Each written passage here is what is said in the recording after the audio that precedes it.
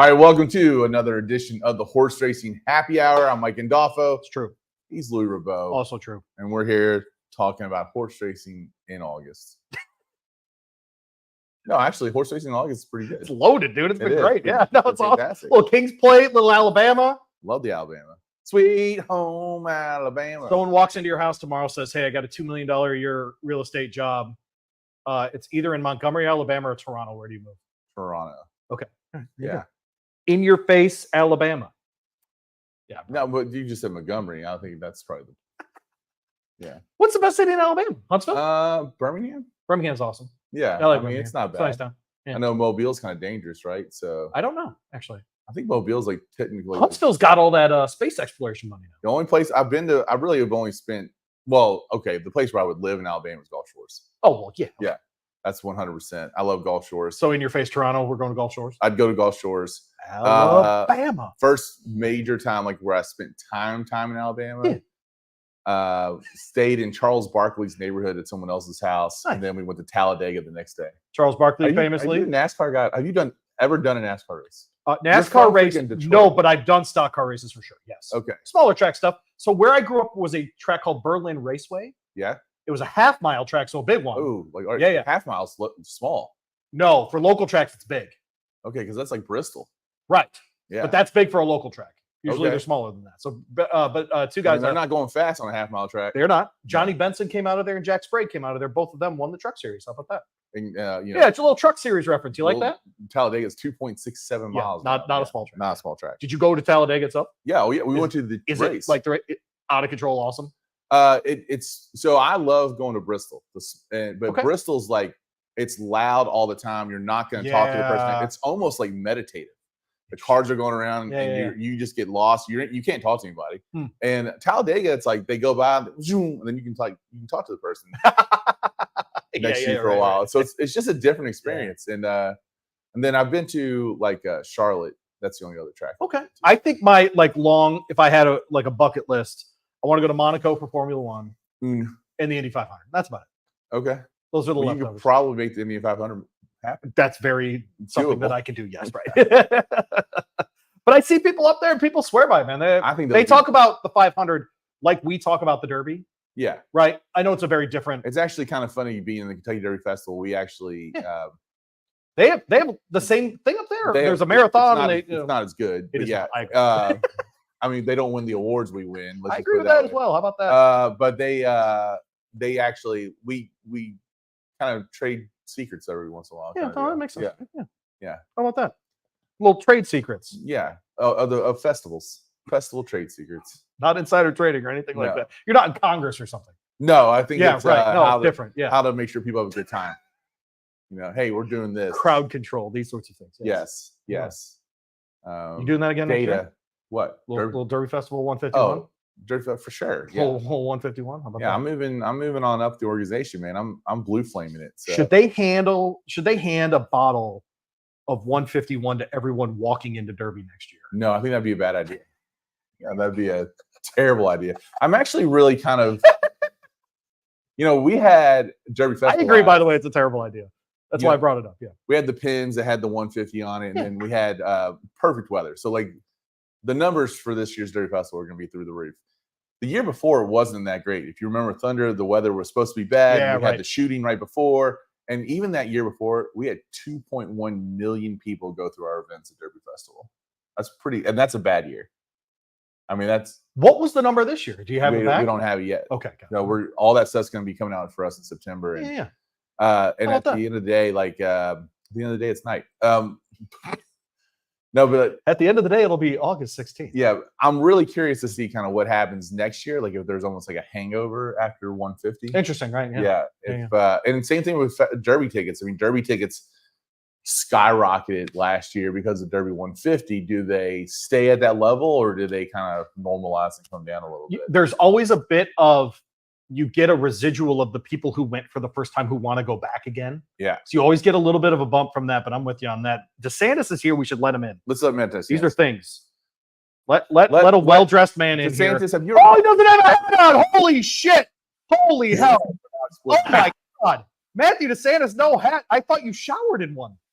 Listen, when you get caught in multiple hailstorms during the day at Saratoga, there's no more hats. All right. This is as good as it's going to get right now. And the hair looks like I live in Florida somewhere with the humidity. Yeah, okay. My hair, he says. Oh, no, how terrible. I'm having a rough hair day, too. I understand. Like, it's the humidity. It gets it all the time. So I just never know what a horrible humidity day it is. Yes. Yeah. Yours are probably going every which way. Way longer than this. Yes. Please. Yes. Matthew DeSantis, how many times have you been to the Kentucky Derby? We asked you this before, right? It was. I've only been once. Oh, he did come. Okay. Oh yeah. What year was that? For Animal Kingdom. Okay. Oh, nice. So that was the year I did that. I've been to Churchill a bunch because I was college roommates with a guy who practiced law in Louisville for like 5 or 6 years, and I just go down there and hang out, and we just go on like a Thursday and just have fun. But we did Kentucky Oaks kind of like a little bit. I don't know if this is kind of the way that the locals do it, but like the Kentucky Oaks was more of the dress up type of day. Like we had fun, we went out, we did that. Ran into a lot of celebrities just walking around the paddock.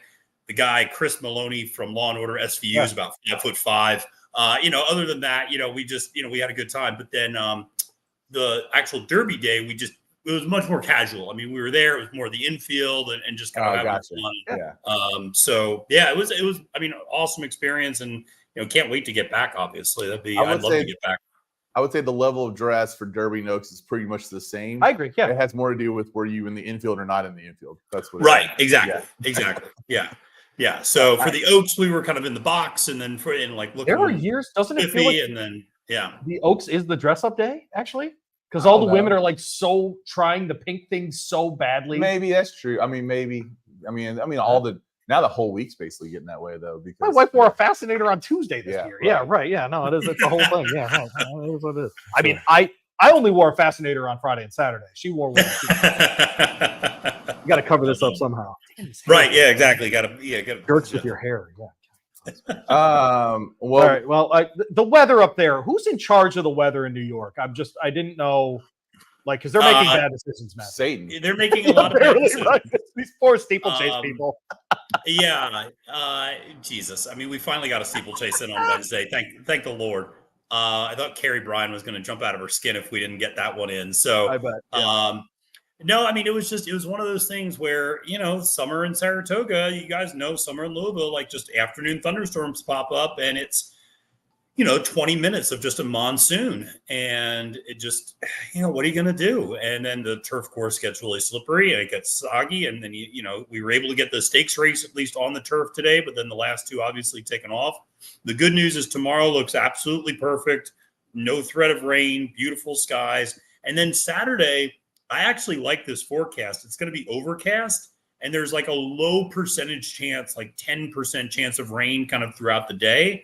But that usually just means you'll get a sprinkle here or there, but nothing serious. And so I'd much rather have that than like a day like today where it's like looks nice for half the day, and then it's, a chaotic thunderstorm that ruins the races and takes things off the turf. Right. So I think the forecast for the weekend, I think, fingers crossed, looks pretty good. There you go. All right. So is it impacting your handicapping? Let's put it that way. This weekend, no. I'm not. Okay. I'm not assuming a wet track, and I'm not assuming anything off turf or even really that soft ground. Oh, there you go. How about that? All right. Well, do we want to go ahead and start talking about some of the races from? Yeah, we can. We're not going to play the Arlington Million replay here, Matthew. Did Nations Pride do anything that got you excited enough for him to win a Breeders' Cup race? He did not for me. No, not really. I mean, I think that it was. I don't know. Maybe I'm in the minority. There's been very few Charlie Appleby horses that have genuinely got me excited this year. I feel like his overall. It's so interesting to see where he's positioning his horses now. And I don't mean to derail this conversation into something else, but like it's so interesting that a couple of years ago, all of his horses were coming over, having previously run in the UK, Ireland, and, England. Now, almost all the horses that are coming over to the United States previously ran in Maidan and were UAE or their repeat customers and coming back over here to the United States. This coincides with Appleby going for the last 2 years, if I'm not mistaken, at Royal Ascot. And a lot of Brits are making a big deal about this, that the bloom is a little bit off the rose with Charlie Appleby, and maybe the barn is not quite as good as people thought. I know there's been speculation over there that they have not found the next great sire after Dabawi, and that Dabawi is starting to obviously get up in there in age and maybe not be as reliable of a sire at this point in his career. And it seems like the balance of power shifted to Aiden O'Brien and Jonathan Gosden again over there. So, I feel like he brings these horses over because he's kind of playing in the minor leagues, and he's coming over here and just taking a paycheck and able to get these wins. But I think when you talk about the Breeders' Cup, and then you're talking about Aiden and Gosden potentially bringing horses over, and and all of our horses being all the way cranked up, I've just, like I said, I've not seen many of his horses this year that I've gone wow to. I thought Cinderella's Dream is the one that I think is really, really good. Who's a 3-year-old filly who won the Belmont Oaks and the Saratoga Oaks. I think she's the real deal. But outside of that, I don't. It's been Silver Knot obviously is the other one, but those two are the only ones that stand out. All right, so Nation's Pride then winning the Arthur Million. Louie, what were your thoughts on Nation's Pride? That he beat a very rudimentary field. Yeah. So we on the horse racing happy hour grade stakes meter, where would you put that? 2+. Okay. Grade 2+, yeah, something like that. Yeah. I mean, are they going to have to, in order to keep that race at a grade 1, are they going to have to get that thing out of Colonial Downs? No, they're going to have to move it because people are skipping the Arlington Million to run for $2 million at Kentucky Downs, and the timing is terrible. And they are probably going to have to go ahead. I'm stealing this take from Dan Illman, who's probably watching. He's totally right. I thought about this a lot this week. If Dan Illman didn't watch, where would he get his material? You're the one who does, gives you everything that he's going to report about, right? I agree with that part. However, I'm going to steal one take from Dan Illman about every 3 months or so. But yes, I think he's right. I mean, they're closing nominations tomorrow for the Nashville Derby. $3.1 million for that race. Yeah. Why would you run for $1 million? There's $3 million. It's just a second place check is. And most of those horses don't need a graded 1. They don't need it. Yeah, that's right. That. I mean, I do think they kept Nation's Pride in that race, and I knew he was going to win when Caitlin Free talked to us on Friday and said, "Oh yeah, Charlie Appleby's going to be here," and I was like, "Okay, he's fine. Like, we're done here." Yeah, there's the giveaway, right? Now he had one in the sprint who fell out of the gate. Could not have started worse. I forget the name of the horse. But once I found out that he was there, I was like, okay, we're done here. That's good enough. I'm sorry. Yeah, and it was telling that William Buick went to Colonial rather than coming up here to ride 2 Appleby horses, both of whom I was against, Ottoman Fleet and Legend of Time, in their respective races. I mean, the easy handicapping angle is just follow William Buick's air flight, and that's usually going to tell you where the winner is going to end up being. Yeah, I think the only Appleby horse you didn't mention is Master of the Seas. If he comes off the bench and does anything, say in the Woodbine Mile or something, I'll take him seriously for the BC Miles. Yeah, 100% agreed. Yeah. All right, we are going to watch Mora's win in the Beverly D. So go ahead, Zach, pull that one up. Zach is there. There he is. All right. Hey, horses. Hey. How about that? Nadet, meanwhile, is taking the shortest way home. Is in behind horses third. Nisi Marie is under a drive in Libin. Fev Rover brings him to the top of the stretch in the Beverly D, but company is coming. Here's Moira on the outside trying to charge after Fev Rover. Nadet going to swing toward the center of the course for the final furlong. Fev Rover on the inside of Moira. They're racing well apart. Nadet going to try to split the two of them. Moira on the outside, Fev Rover on the inside. These two for a final 16th of a mile. Fev Rover and Moira. Nadet back in third. It's Moira and Fev Rover. Moira just in front. Moira! I think she got it. Fev Rover was right there in the photo. Then came Nisi. All right, so the race basically goes exactly as anticipated with Mora and Fev Rover 1-2. A little bit of a long shot, I guess, coming in third with Nisi Marie. What are your thoughts on Mora? Interesting thing here to watch going forward. Obviously, she gets a start in the Breeders' Cup starting gate. Mm-hmm. The last time they were the 2017 edition of Del Mar, this race, the Breeders' Cup Turf filly and mare, was at 1 1/8 miles. And if it's at that kind of distance, I actually think she could be a factor. Like, that's where I'm interested in Moira in the Breeders' Cup, is if it's actually at that distance rather than, say, the 1 1/4 miles, where we get stretched out to that kind of distance. Because I'm not sure she's got enough kick to stay on for another full furlong after that, essentially after that race. But no, it was interesting to watch when she started to drift. She was so stuck on that lead, and that she fixed. They get the other lead. She starts to, I don't want to say lug in, but pulls in a little bit and actually does win that race. And so I thought of the races, of the performances at least at Colonial this weekend, her Trickery stood out to me, Matthew. Yeah, absolutely. I thought Trickery for Graham Motion absolutely stood out. I really like that one. I was a little disappointed. I get why Graham went down there rather than coming up here. And I think, his comments to Caitlin after the race, too, the fact Trickery is going to stay at a mile and kind of go against Older after this, and rather than stretching out and going longer in the Belmont or the Saratoga Derby. But listen, Moira, Fev Rover tried to do what he did last year, just try to walk the dog up front and almost did it. I mean, they went 51 and change. I thought I was watching a New York turf race, and they, went real slow up front and tried to slow it down and get it. But Moira has been so impressive. That second place effort last time out in the Diana, I thought was really good off the bench, having not run since the Breeders' Cup. And then, coming back there and getting the win. She's really, really good. But I agree with Louie. I think a mile and an eighth, I think 9 furlongs is her game. And I don't necessarily like her at 10 at all, but she's not a miler either. So I do think she's kind of stuck at that 9 furlong distance. And if they run it like that out there at Del Mar, then yeah, she's got a real shot. Go ahead with the update. Yeah, it looks like it's going to be at 11. Oh, wow. Okay. Mile 318 is what they're that's a lot. Is what they're listening at right now. So yeah, at that point, that leans zeros for sure. Yeah, it really does. Can we get Next to run on the grass? Maybe we can get Next to run on the turf. Next needs to identify as a filly and mare. Sure. And then we'll yeah, exactly. Just it would slide over.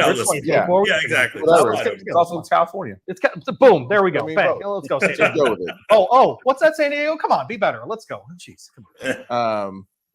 All right, let's go. Also California. Gunga Galunga. Let's go watch Carl Spackler win the 4-star Dave. What a weird race this was. Annapolis, Casa Creed. 7 off the lead with a quarter of a mile to go. And Annapolis is cut loose on the outside of My Sea Cottage. Annapolis right to him and right on by. Casa Creed still has 3 to make up. Starts to pick up some nice momentum now. It's Annapolis, and here's Casa Creed on the outside. These two square off once again. Casa Creed or Annapolis? Annapolis, Casa Creed. Casa Creed. Oops, stop it. This is not the right race. That's from last year. Yeah, how about that? Okay. Yeah. Well, it's good to see Casa Creed, though. How about that? Yeah. I was going to say. But oh, man. Yeah, we got the wrong replay. Bad link. But no, that was, it was an interesting race because there wasn't much speed in the race, and Strong Quality was the only horse that was going to be up on the lead. And one of the things I thought was that Carl Spackler could get the jump on everybody, and that's essentially what happened. Is he just got the jump, sitting close to the lead, and then Cherie DeVaux's horse, More Than Looks, I think.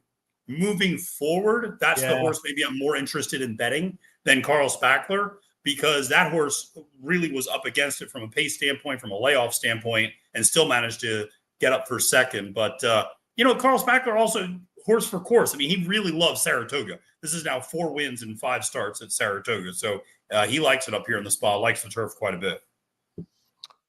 Louie, You said it was a weird race. Talk what you thought. It was a weird race. I really agree, though, with that analysis. I think I do think the horse moving forward is DeVaux's horse. I think it's going to be difficult not to see that horse a big factor in the Breeders' Cup when we get there.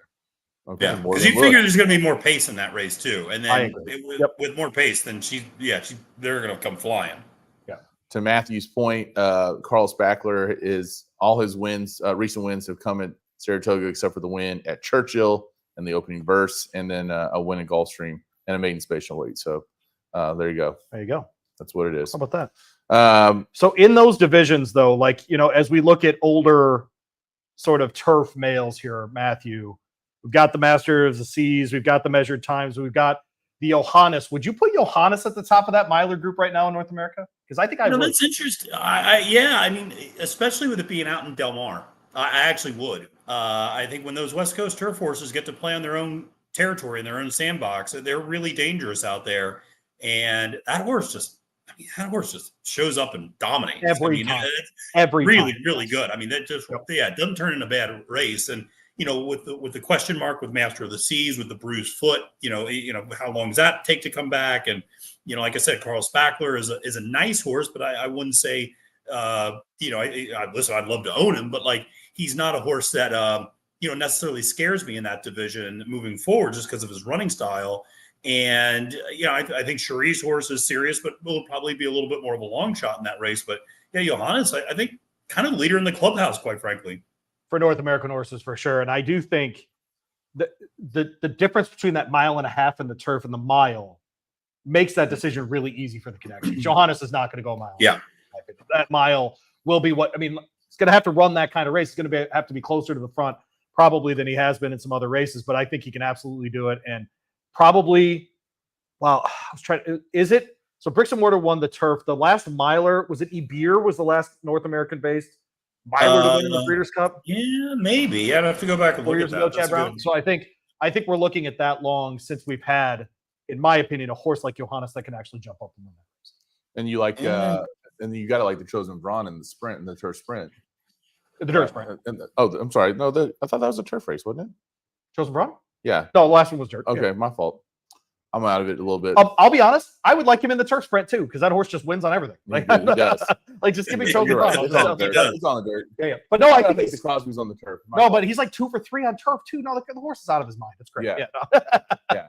But I think that's another case where at least a local California favorite. People bet him like crazy last year at Santa Anita too. He just didn't fire. Yeah. Right. Oh, that's right. Yeah. Okay. Let's go on with your Manscaped read. Well, Manscaped read? Yeah. How about that? 20% off.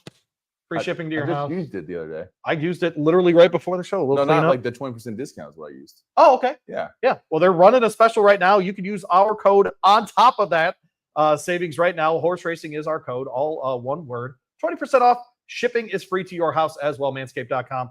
Get all cleaned up. Have a nice beard like Matthew DeSantis. How about that? Maybe even get some beard.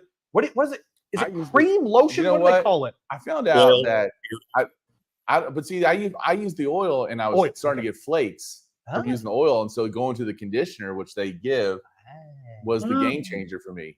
So how about that? The beard conditioner works better for me than the beard oil. So got it. There you go. All right, a little beard conditioner. Go Zach, find you want to chime in? Oil versus conditioner? I mean, Zach is actually more beard than person. So yeah, that's probably true. Yeah. I don't know. Zach's there. He is. I will tell you that I use both, and I have always used both. Okay. Oh, there you go. All right. Different skin types, Mike. How about that? And find out your skin type. Well, I have the oily Italian skin. Oily, which is oily Italian is now a toily Italian skin. Oily Italian skin. It's like I was telling Matthew the other day that so Matthew and I have been struggling to come up with our favorite term for whatever the turf course is at Churchill currently. And Issel, do you remember what he said? What he called it? What did he call it? He called it the Turt. I just stole it. We're done here. That's easy. Issel came up with it. I'm stealing Issel stuff. That's what we're doing here. Turt. I love it. The Turt at Churchill. Sounds like a really nasty sex move. Or the dump you take the next day after you ate something after drinking that you shouldn't have eaten. Well, it could be that too. Yeah. Oh man, I just dropped a huge Turt. Yeah, no, it's not good. All right, well, Matthew's on here for one main reason. It's because we got a pretty good day at Saratoga coming up. Oh, I thought you were going to talk about the King's Plate. You want to start there first? No, I don't. I mean, we have the man on here to talk about Saratoga. I'm talking King's Plate with my guy JD tomorrow. We'll do that then. Yeah, you go talk all your Canadian racing you want. A little Ontario talk tomorrow. Yeah. You've ever been to Lake Placid? Have I ever? No, I've never been to Lake Placid.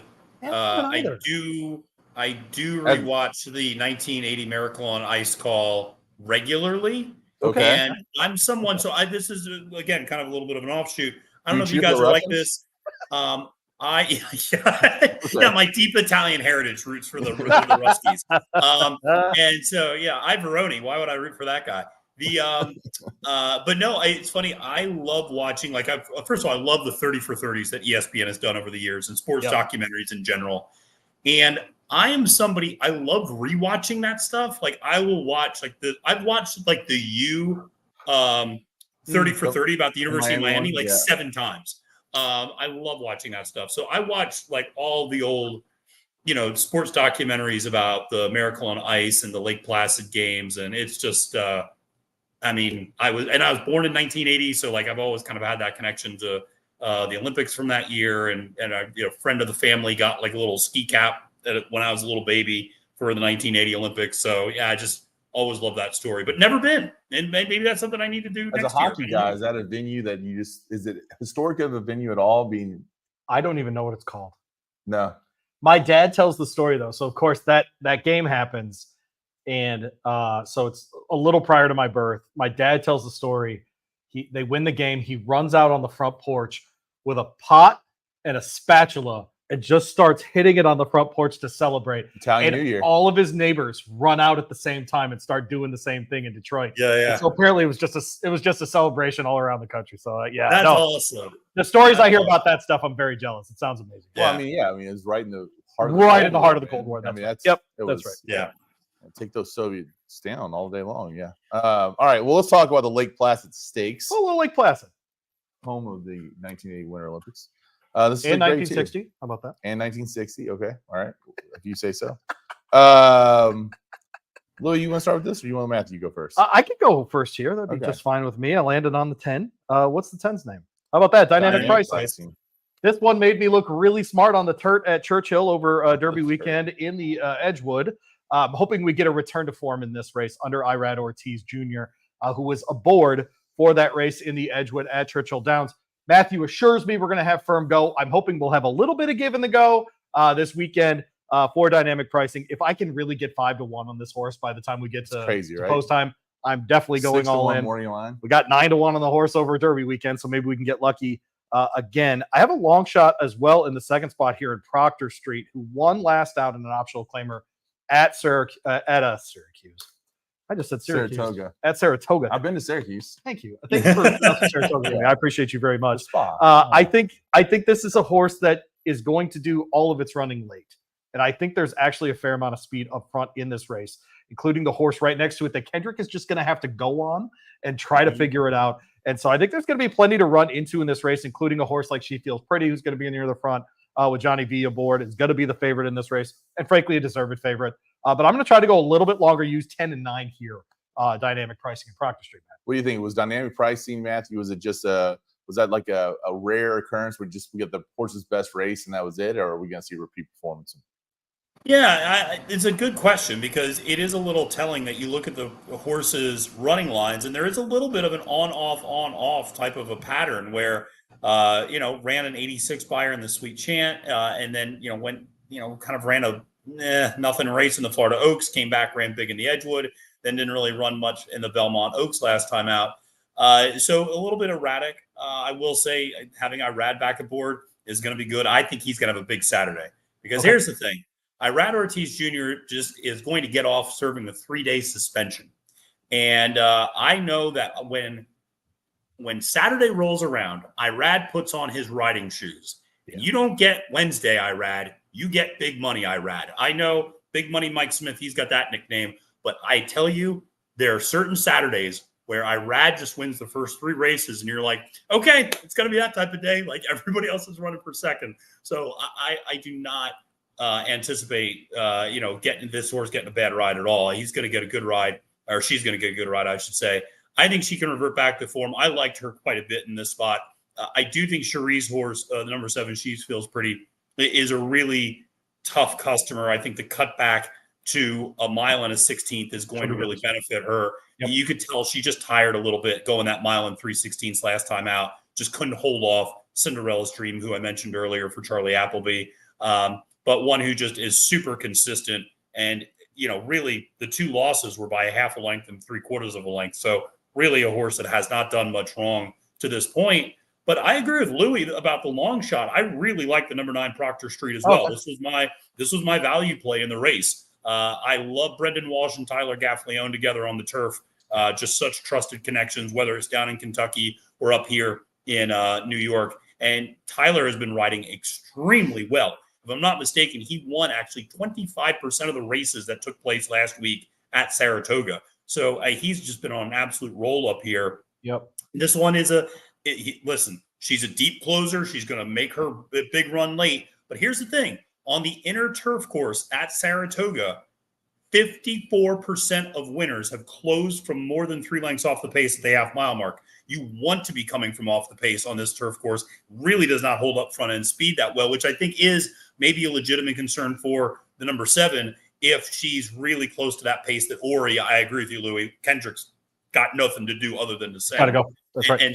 And the 4 might kind of be forward as well. I think it has a little bit of tactical speed. And then the 7 sitting there second or third. So I definitely like dynamic pricing here. I'm going to take a swing with Proctor Street as my top pick, but definitely think this one you can try to get a price in this race. All right, look at that. Only one we didn't mention. Flavien Prat's aboard the 2 Grayosh here, who last out when dropped back out of a grade 2 in the Wonder again, but ran well, I thought, last time. Just got caught at the end by Proctor Street, who we both like. If that horse runs back to that kind of form, or gets a little better even, I should say, that's a horse that can win here as well. All right. Yeah. We're going to move on to the 10th race, which is the Alabama Stakes. Alabama. $600,000, grade 1, presented by Keeneland Sales. They have sales at Keeneland? They did. Did you know that? Wait, what? Yeah. Sales? 3-year-old fillies. I thought all they cared about was racing. How on about the that? dirt. Stunner. Where does this rank for you as far as we've talked about this before? As far as Philly mare races or Philly races? 3-year-old races, yeah, because we always talk about how Oaks and Acorn on their own level. This is above the CCA Oaks. This is above the Cotillion for me. Third. Yeah. Third. It's above the Black Eyed Susan. I would put it third. How about you, Matthew? Oh yeah.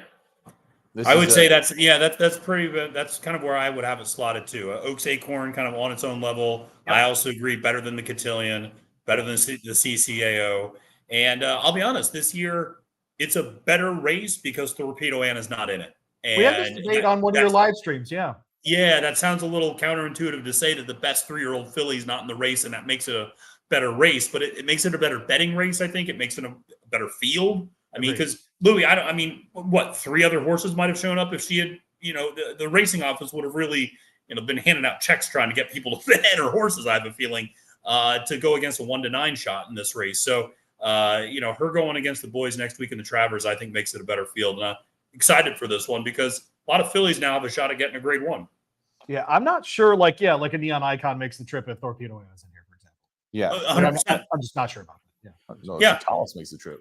You're right. I mean, you got a lot of horses like this, and of course, this race is a who's of horses have won this race. I mean, I can go back as far as we want, but Songbird, Elate, Swiss Skydiver, Malathat, Nest. I mean, this is an incredible race. I don't know if we have any horses of that quality in this race, but did Swiss Skydiver win this race and the Travers in the same year? I can't remember. Or was her first time against the boys in the Preakness? Okay, all right. Preakness. That was the weird year where everything was off. Yeah, that is. She won an October Preakness. Yeah. But it was not. Okay. Yeah, did not win the Travers. Okay, so I mean, brass tacks. I know how you feel about Torpedo Anna not being here, Matthew. As far as this being a betting race and a better field, if you were in that ownership group, would you show up for the $350,000 check? Probably not. Okay. I would take a shot against the guys just because. It's funny. You and I went back and forth about one of the turf horses, earlier this year, Endlessly, in the Kentucky Derby. I think the difference between Endlessly and that decision to go to the Kentucky Derby rather than keep the horse on the turf, and this is a little bit different. A, you had the surface switch, which I wasn't necessarily a big fan of, and then B, Endlessly hadn't really put together a whole resume necessarily to this point. Whereas I feel like Torpedo Anna, she doesn't really have anything else to prove. I mean, this is kind of the conversation we have with Next as well. It's like, how long does Next just keep cashing checks? Right. Running in the Goodwood Cup and running in the Birdstone and stuff like that. Like, that's great, but I'd love to see him go 1.25 miles in the Jockey Club Gold Cup. Like, that's what I want to see. I want to see him against Tapit Trice or something like that in that race. Like, that'd be awesome. So, I think as an ownership group, particularly if you're an ownership group associated with Kenny McPeak, listen, you got to have a little bit of flash and a little bit of flair. So going against the boys, I think that's the way to go. There you go. And she's got a chance. I mean, obviously. Yeah, yes. I mean, yes. Yeah, she's got a chance. You're right. Like, that's the other part of it. It's not just that she's going. She's got a legit chance in that race. Yeah. All right. Let's hopefully we get the 10 or 11 to 1 number that we got on Swiss Skydiver in the Preakness. Right. That'd be great. Yes. So Matthew, what do you think? Tell us who you like in this field. Can we field. kind of just go through the field? We can do that. Yeah, because this is the race of the weekend that we're going to be talking to Matthew right. through. So what's our terrible word game that we're going to play for Alabama? Alabama? No. Run for stop? No. Let's just say like you like the horse or not, because we always start these things and we never actually finish them. Got it. Yeah. All right. So we could do Roll Tide or War Eagle. I don't know. Like we could do Roll Tide. If you like the horse, let's go ahead and piss them right. off. If you like the horse, it's Roll Tide. If you don't like the horse, War Eagle. I don't know. All right. Auburn's really part of Georgia anyway, so. It's close to Warner Robins, where all those really good Little League teams come out of. They're like all right down the highway from is they're way closer than UJ than are the Tuscaloosa. Well, that's fair enough. Okay. We're going to start then with the one horse. Tyler is aboard. Intricate 6-1 morning line, trained by Brandon Walsh. Came in third in that CCA Oaks that Torpedo Anna walked home with. And what do you think? Yes or no? I would say a winner. Probably not. War Eagle. Did I do that right? Yes. Okay. Yeah. War Eagle, or as Charles Barkley would say, there are two types of people: Auburn people and people going to hell. How about that? We can go Roll Tide. That they're terrible. We don't want to say terrible though. These horses aren't terrible. Right? Yeah, Intricate's not a terrible horse. Horrible. I think Intricate is going to turn out like her dad and be much better later on. I think this is not a great spot for her. I think she showed in the CCA Oaks what she is. I think the added distance at this point is probably not a good thing for her. So I will go War Eagle in this one. Yeah, I agree. War Eagle. I mean, people might latch onto the fact she's the only filly who's ever beaten Torpedo Anna, and they might latch onto that. But listen, she just hasn't taken a step forward from 2 to 3. And like Louie, I agree. If she's going to have another chapter, it's going to be like Gun Runner as a 4 or 5-year-old as she gets a little bit older. And, I like these connections a lot, but hard for me to see this one jumping up and winning in this spot. And particularly even at 6-1, I feel like that's even too low of odds for me to even take a shot at a horse like that. We got a horse, the 2 Chatalis, wins the Anna Oaks and then has a trainer change. Well, that was because Mark Latz based in California. Yeah, right. Sent her to Grant, and Grant took care of her for that race. So I see that now with the Glatt. So Totori aboard here, 8-1. Rode her in the Blue Northern. Yep. So who do we got like here? We Roll Tide or War Eagle? She's more Roll Tide for me than Intricate was, but she's still War Eagle in this group, Matthew. I think she's a nice horse. I really wonder about the distance with her. Obviously, the breeding says that she can get there, but she's never done it before. And so, she was on the turf 2 races ago for all things. And so interested to see her, on Saturday. But, man, I'll let her beat me in this spot, Matthew. I'll go War Eagle with Chateau. Yeah, I'll kind of go a little bit more Roll Tide with her. I think she's got a little bit of a shot. And, I have her picked third in my analysis on NYRA Bets. So, I'm not saying she's my pick to win, and we'll get to her later. But, she's a really gutsy horse. That effort in the Indiana Oaks was legit. They made a run at her, and she came right back at them. It was very reminiscent of Dornick, actually, and kind of some of his races where they got the head passed and then still kind of came back to win. That was also her first race in 7 months, having not run all winter and spring. So I thought that was a really promising effort. There's not a ton of speed in this race. Right. She could get out up front and not be pressured. And we've seen it happen up at Saratoga. A horse gets bowled up on the front end and nobody starts to make up ground and catch her. So she's a little bit War Eagle for me, I think, especially at the 8-1 price, a horse I'm including in some different wagers. All right. The 3 horses, Power Squeeze. Power Squeeze won 5 out of her last 7 races. The 2 she didn't win were won by Torpedo Anna. So Jorge Delgado trained here. Castellano aboard. Will be coming in here again. 5 out of the last 7. However, one of those starts at Saratoga that she came in third, and that was in that Acorn. So, what do you got to take her as a serious try? This is a Roll Tide. She's a War Eagle for me. Oh, all right. Yeah. So I'm off of her and I'm not precisely sure why in my head I'm not more positive about this horse, but I thought looked very competitive, very good, running late in the Delaware Oaks for sure. I don't know how good Citamara is, and I don't know how good Regaled is, the 2 horses that she beat in that race. But I do know that she finished behind Leslie's Rose, of whom I do not have a high opinion, in her last time at Saratoga in the Acorn. I think this is very much a War Eagle for me. 9-2 is so far from the number I would want on this horse, Matthew, that I don't think I'm going anywhere near it. Yeah, we're in agreement. I'm War Eagle on this one as well. I think it's not a mistake that if you look, her 2 best races are at 1 mile and a 16th. When she went a mile and an eighth, she didn't necessarily like that. I have a hard time thinking we're just going to suddenly like a mile and a quarter.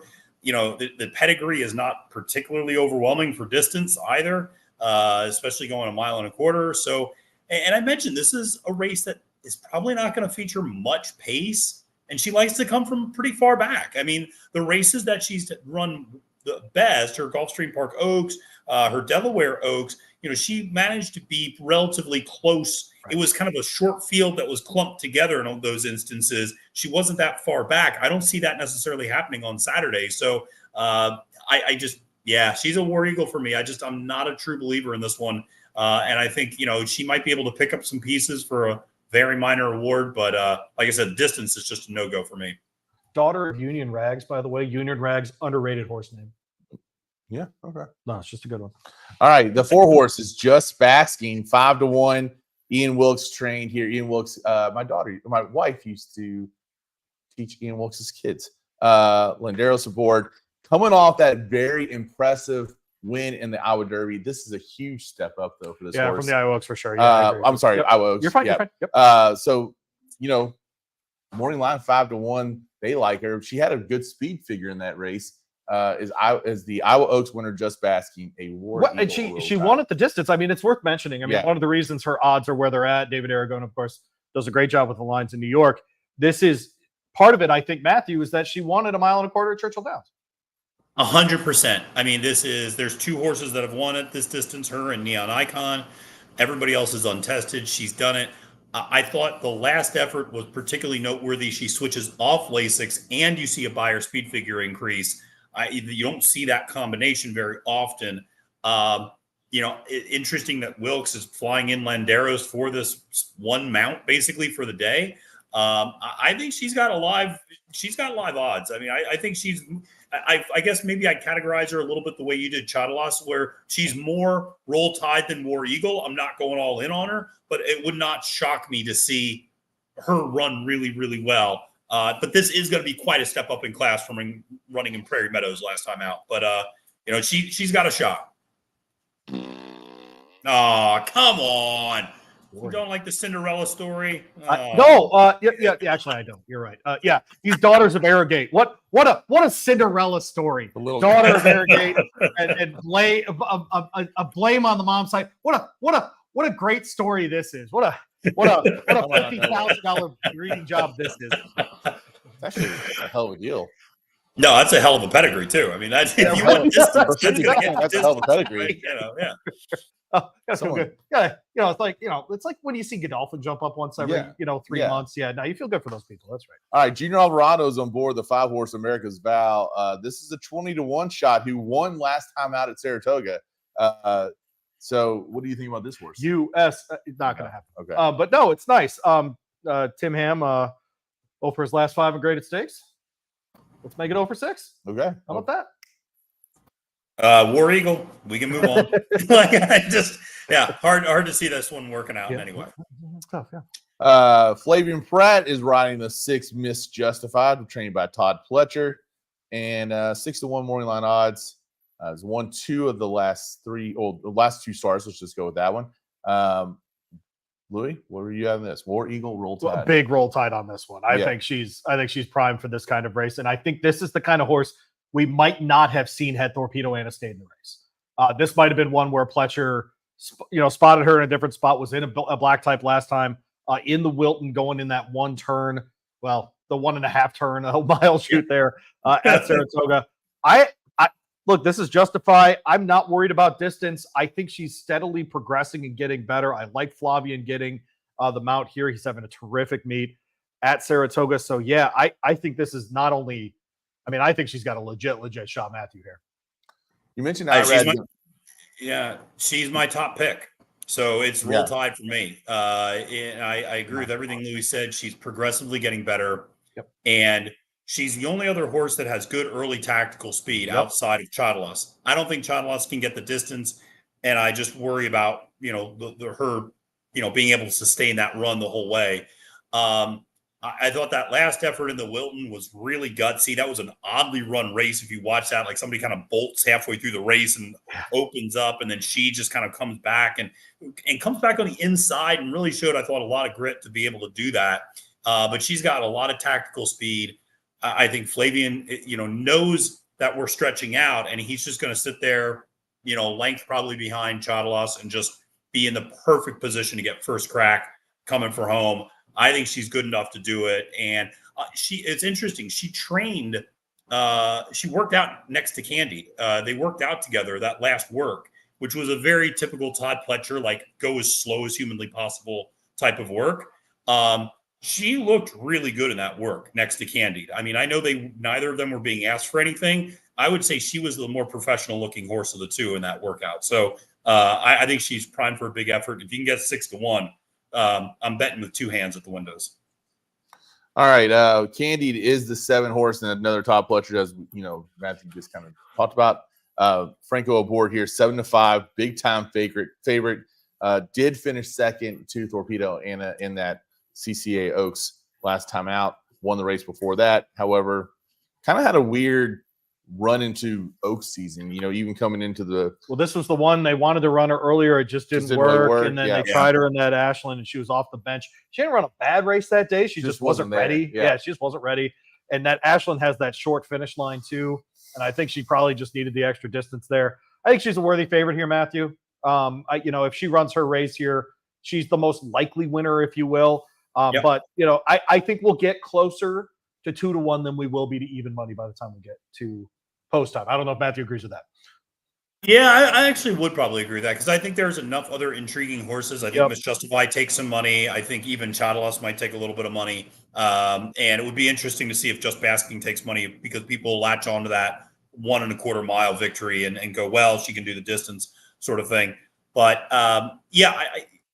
listen, she's roll tide in terms of could she win this race? Yes. If they run it 100 times, she probably wins the most out of everybody in this race and everybody in this field.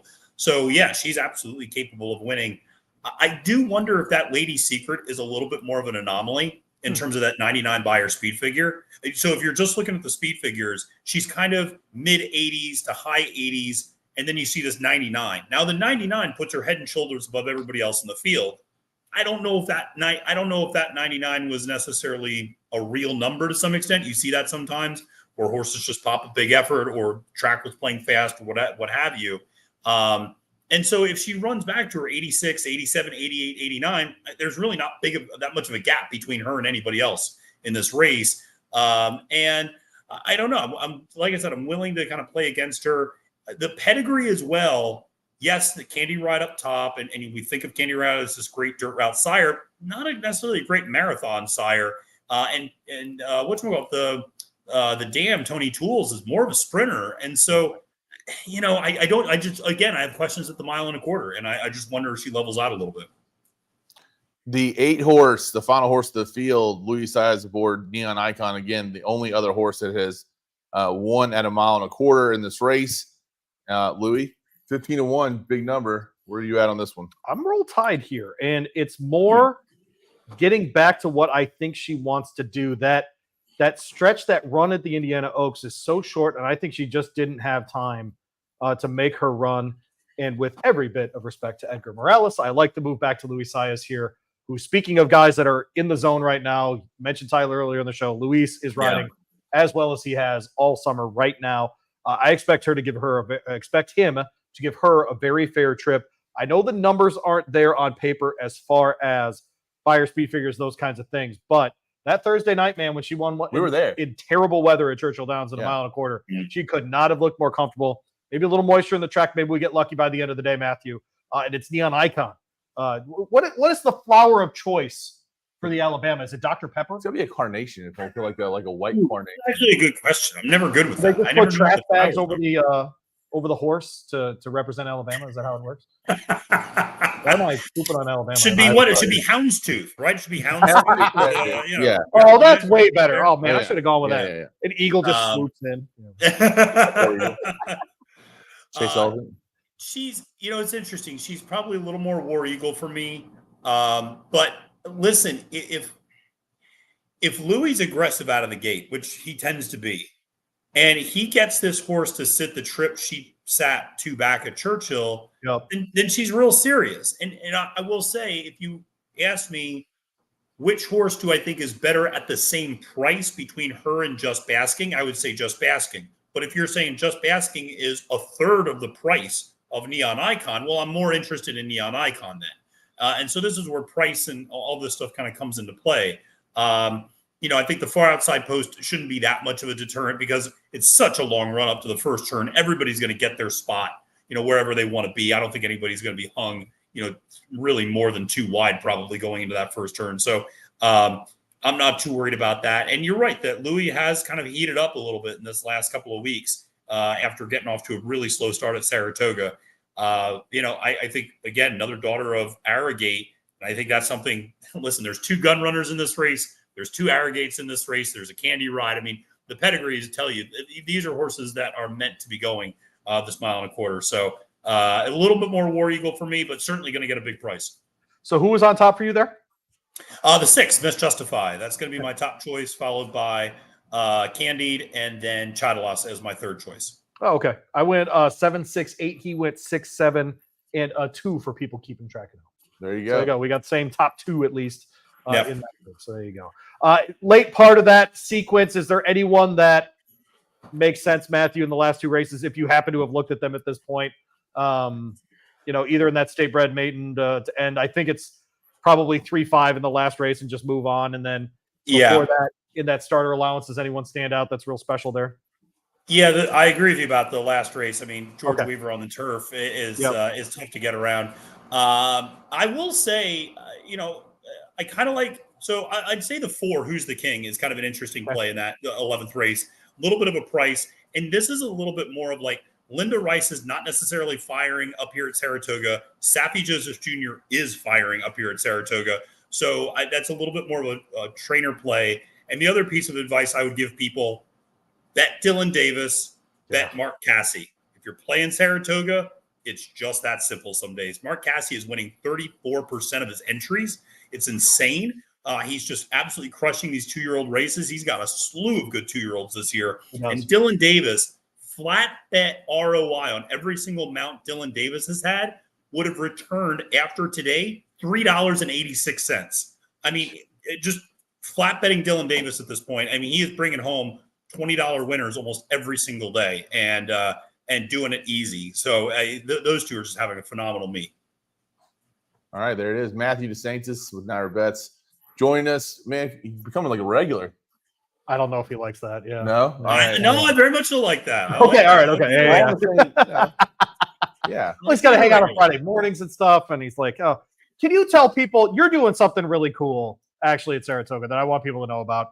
You're doing these, I don't want to call them seminars, but like ABC's a betting kind of thing in the mornings. What are those called? How can people find those if they happen to be up in New York?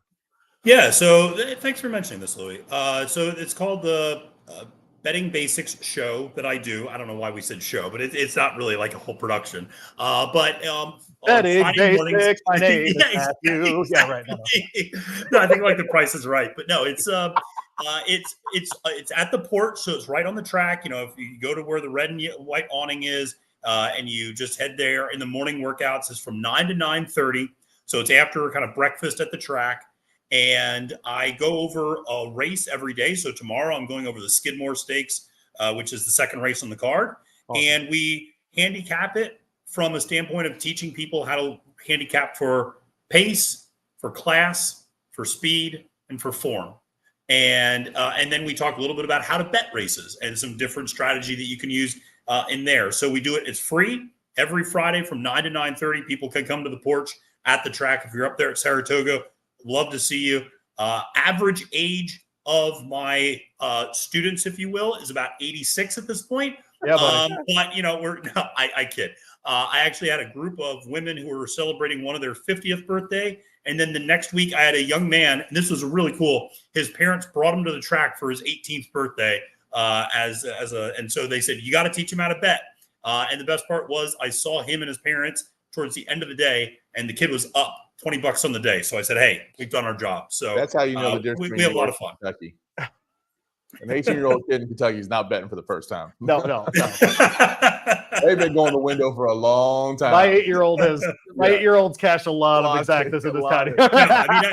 Listen, I want to say, did you look at the King's Plate at all? Do you have a play of the King's Plate? Yeah, actually, I just did a video for NYRA Bets YouTube on the King's Plate. So I talked to Jeff Bratt, who's one of the guys up there, and so talked about that. I think it's kind of Essex Serpent, who's the second Cassie. I'm going against my boy Prince. I'm going with the number 3, and I'll be honest. I think the number 2 horse. And I'm forgetting the name a little bit. Raffaroo's winning the King's Plate this weekend. That's happened in the 2 horse. Okay, so that was my long shot that I liked in that race. So I think you give me a young horse with ascending speed figures, I just throw money at those angles. So I like both those a little bit more than my boy Prince, who's the more proven commodity. The added distance for Raffaroo, I'm all in. The 2 horse here, we're getting like 9-10 to 1. Let's go. That's my play. Raffaroo. Yeah. Raffaroo. All right, like it. Well, Raffaroo. Thank you, Matthew. We'll talk to you next time, brother. Absolutely. Thank you so much, guys. Really appreciate it. All right. There you go, Matthew DeSantis. There you go. What's it like to have hair? I'll tell you what. These guys with this hair and everything else. Sometimes it's a nuisance. Like it's a little out of control. The nuisance. Man. Yeah, it's a real nuisance. Yeah. Let's be real I gotta get it cut. Can't just manscape the top there. No. I just manscape. I'm getting a little thin though. Like look right there. See, just gotta figure that out. Oh, there you go. How about that? Yeah. Mike's a liar. Having hair is great. I agree with Zach.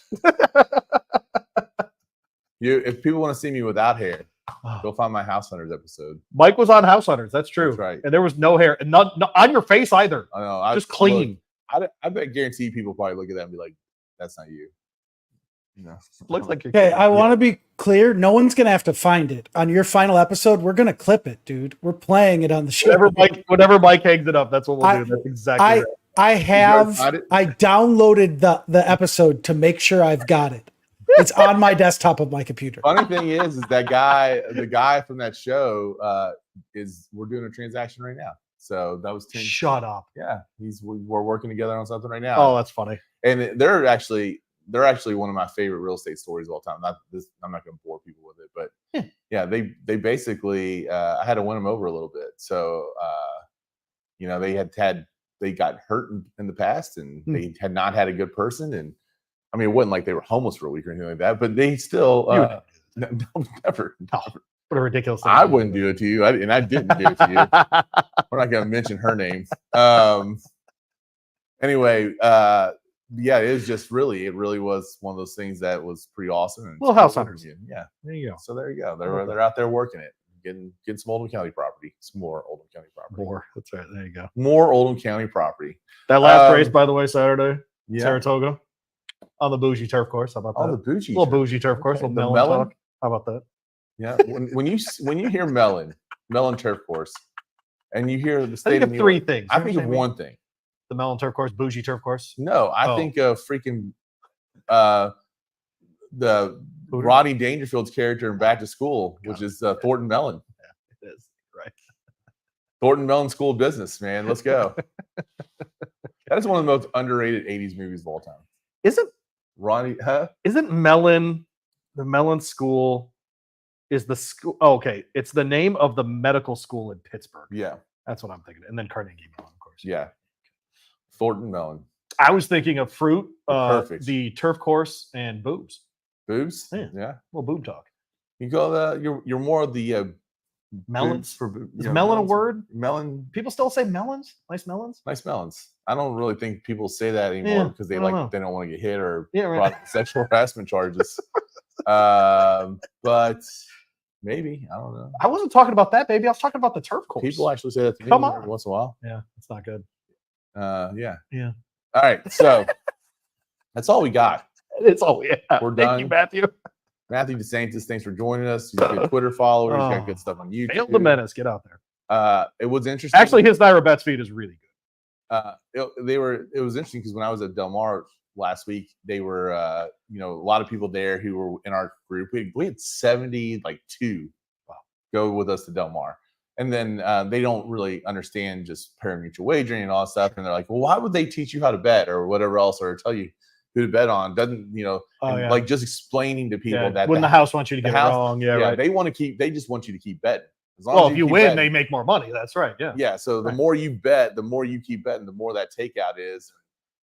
It has nothing to do with like. So, by the way, next week, busy week on the show, just so people know. And I am completely blanking on his name. But no, we'll have Steve Kornacki for our preview. We're having Steve Kornacki. There it is. Like, isn't the Democrat National Convention going on next week? And how about you don't worry? How about you don't worry about how big this show is now? I mean, because we are serious. Hey, Kamala, move over. Ms. Harris, thank you for running for president. It's horse racing happy hour time. How about that? Thank you very much. I mean, so we'll have happening. That is true, right? Isn't that next week? Yeah. Oh no, I have the email right here. Yeah. And then Wednesday, special edition of the horse racing happy hour. I'm talking with Paul. I had a different name in my head. Paul Espinoza is the track announcer at Charlestown. Their big day is Charlestown Classic Friday night. They do that on purpose, so it's the day before the Travers. Friday Night Lights, baby. So Friday Night Lights. We'll have him on. We'll talk the all-stakes sequence on Wednesday. That way horses can run both. Well, obviously. Yeah. It is 1941 after all. That's right. Right. And and then he's going to be on Wednesday and Friday with me next week on radio. But yeah, no, nice guy. Speaking of another old man, I met him at Churchill. He was wearing a West Virginia shirt. I'm like, bro, if you're trying to get business, don't wear that here. Don't do that. What are you doing around here with a West Virginia? Pretty much the only state that we feel sorry for. But like Louisville fans cannot stand West Virginia. Yeah, but they don't. I don't think that's that big of a deal.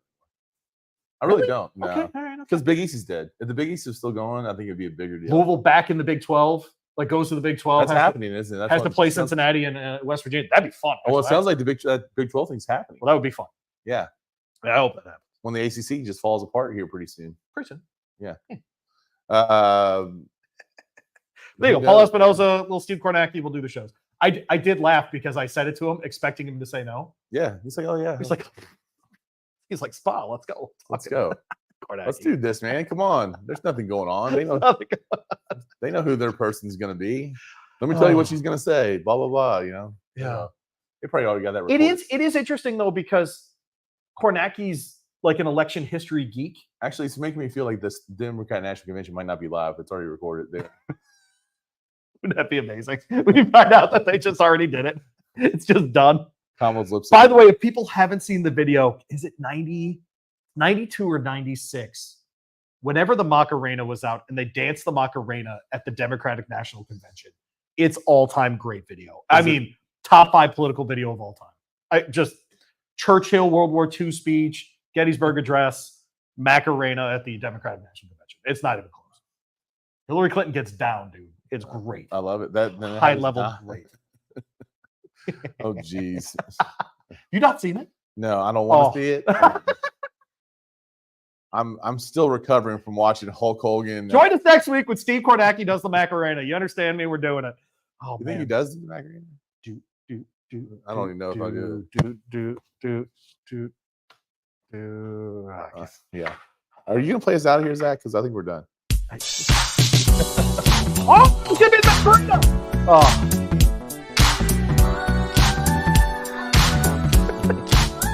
David Kornacki. Oh.